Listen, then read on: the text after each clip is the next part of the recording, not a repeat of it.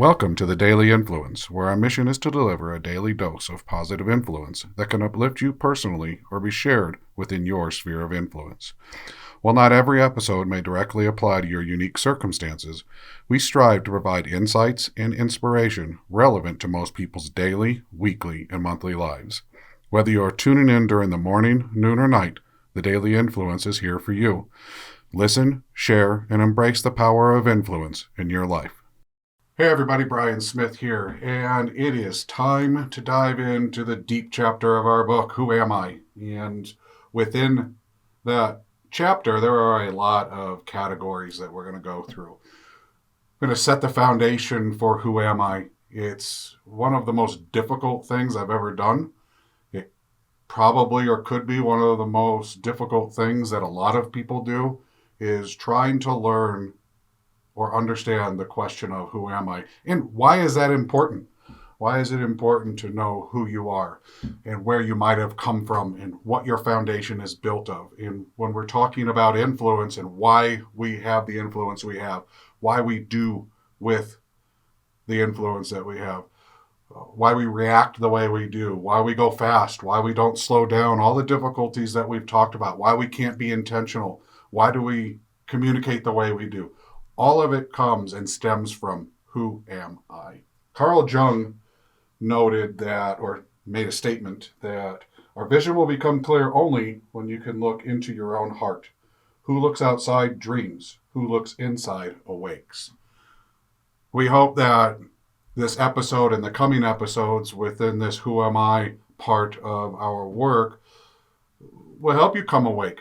You'll have some takeaways that will help you have some more clarity and understanding of who you are and why we believe you are so important, why your influence is so important.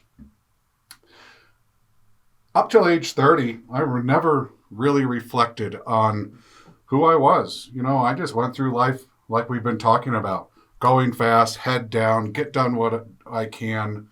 A lot of self-centered purposes. Yes, I still worked for my family, but I was still fairly egotistical, which, by the way, is the chapter that we're working on right now. It's not just who am I, but is understanding our ego.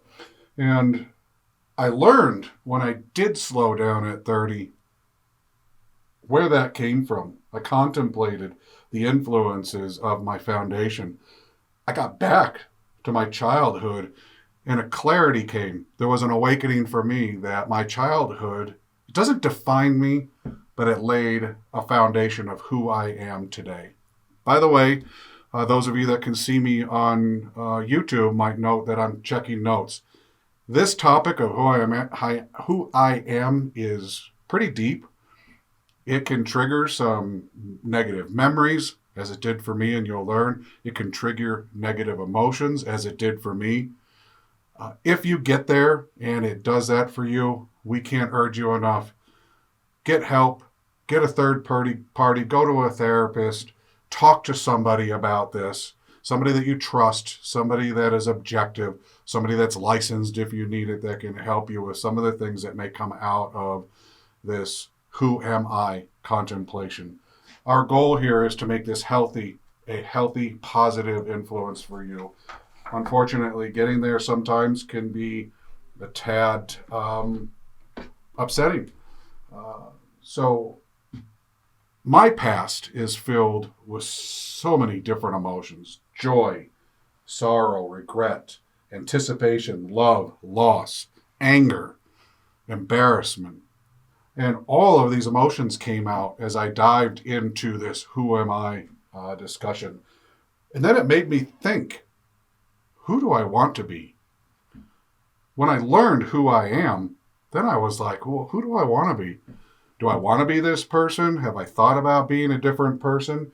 And it started to really just make me think more positively and introspectively about myself. It wasn't that long ago that I had a client's team asked me, it was a big client, 100-year-old client, why do you do what you do?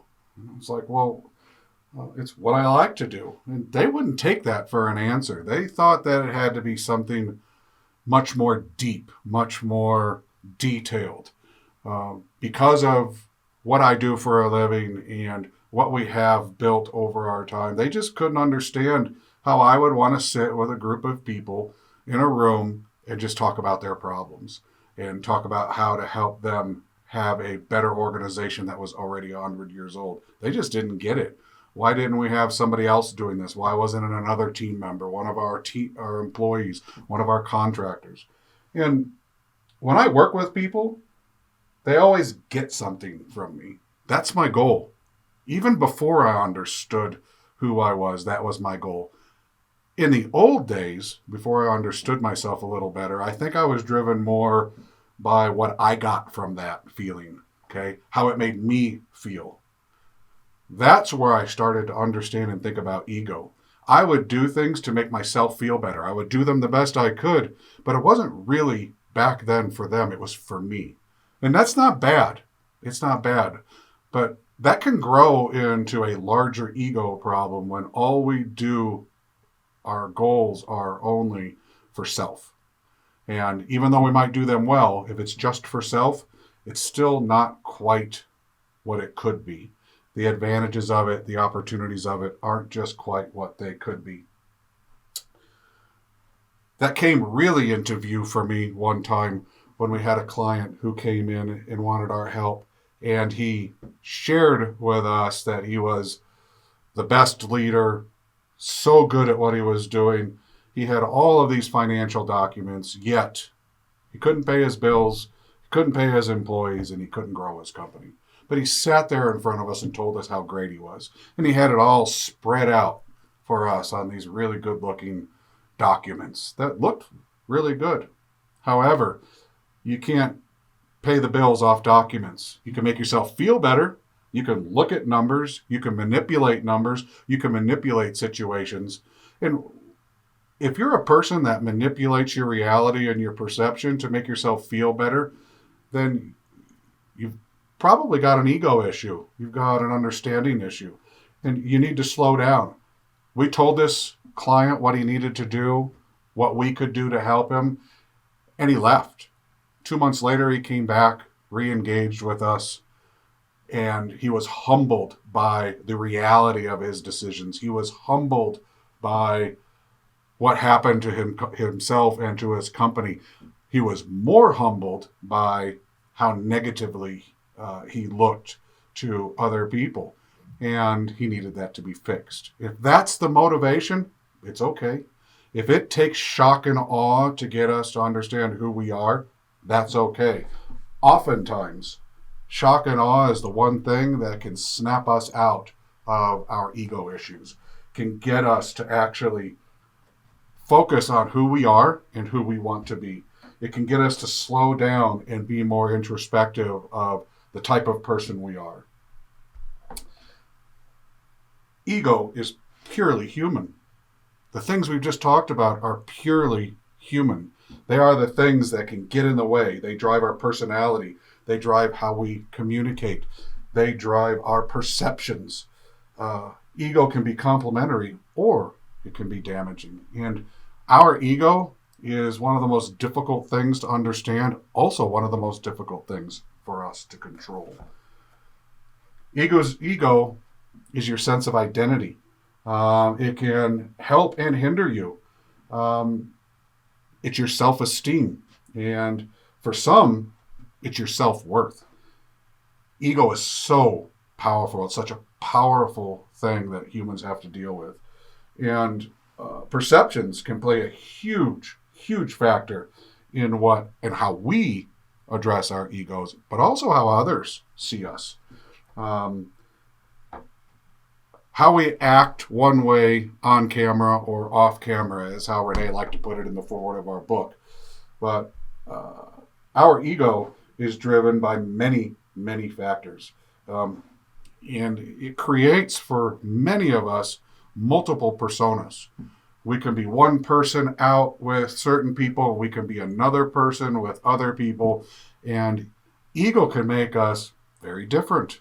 And it can create complexity and confusion with people. It can be the deciding factor of why we do well or the deciding factor of why we don't do well.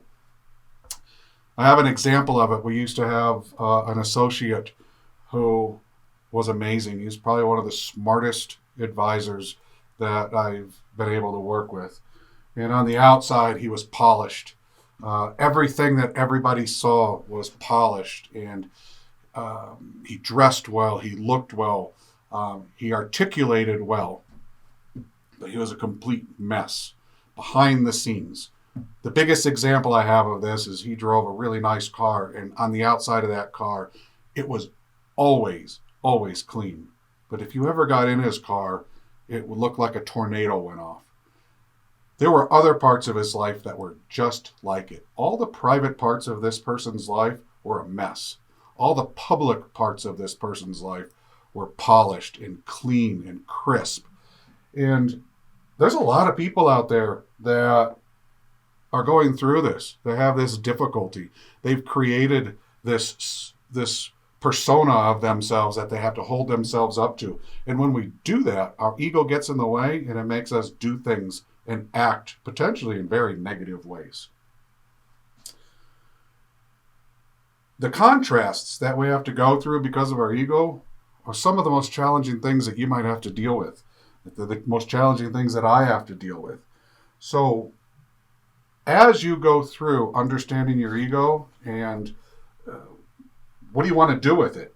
Well, you need to understand what's driving those things. We talk about going to root cause, understanding why you are being that way. What is it that you really want from these experiences? The experiences with people, the experiences with how you dress, how you outwardly perform. So it's really important, if you want to grow, that you need to face the demons that come from that. You have to look introspectively. For me, I had to go back to when I was a child. Why was I so insecure around people? What is it that I had to do, or that I felt that I had to do to overcome the insecurities? Why did I feel like I had to blow myself up in my early days and try to outwardly look the best that I can? And I learned it came from my childhood. I moved so many times in my first 15 years of life. I think it was 9 times, and all over the country. And it created this insecurity about who I was, where I was, and what I could be. I was around people that were so different, from wealthy families to not wealthy families, and I always wanted to be someplace and accepted. And it laid this foundation. It affected my ego. The things that come from ego, and I know we're getting long today, so I apologize, but it's such a deep, deep topic. But some of the things that come from ego, have you ever been called selfish? Has anybody ever said to you that you're acting selfish? Ask, why am I being labeled that way? What trait is causing me to do that? Is it an ego trait? Is it, well, I am selfish? But, don't justify it. Look for why people do that. Have you ever been called arrogant? These are the types of things that come from ego. These are the types of things that can be triggers for you to slow down, focus, be introspective, and wonder, who am I? Do you justify your answers? Okay, if you have to justify your answers, but they're not really rooted in reality, they're just justifications, you might have an ego problem. And if you want to solve that ego problem and you want to get better in these situations, you don't want people to keep asking you these questions, you're going to have to learn about what triggers you, what is making you act this way. If you get angry, if you're impatient, if you're arrogant, okay? Does your anger deliver your message better than empathy? Okay. Do your actions move you forward or backwards? Is the forward temporary? Or is it one step forward because of your arrogance and ego and 3 steps backwards later? So these are the things that you can do when you're being introspective, when you're slowing down and you're asking yourself, who am I? Ego is not always bad either. It can drive us to get through certain situations. I've got one quick example: baseball players. Baseball players, specifically those that hit, or bat, I should say, fail 65, 70, 80% of the time. What carries a human through that failure over and over and over again? Oftentimes it's ego. And that is where you can understand your ego, understand the knowledge that you're good at something, understand that you have this foundation that is positive, and use it to your advantage to overcome, like for them, the negativity of failing 65, 70% of the time.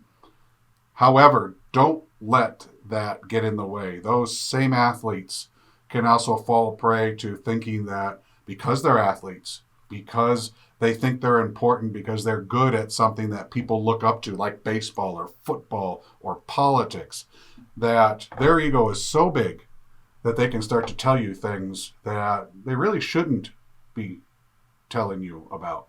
Baseball players, if they were to think about it and say, who am I as a baseball player? They're not parents. They're not there to teach our parents. They are, or could be, role models, but they should stay role models. We should stay role models within our specific area of influence. And we move to get outside of that area of influence, we begin to threaten our own credibility and our own positive influence when we let our ego convince us that we're better or more important than others are in certain areas. Ultimately, our ego can be the detriment of positive or negative or responsible influence. I've gone long today.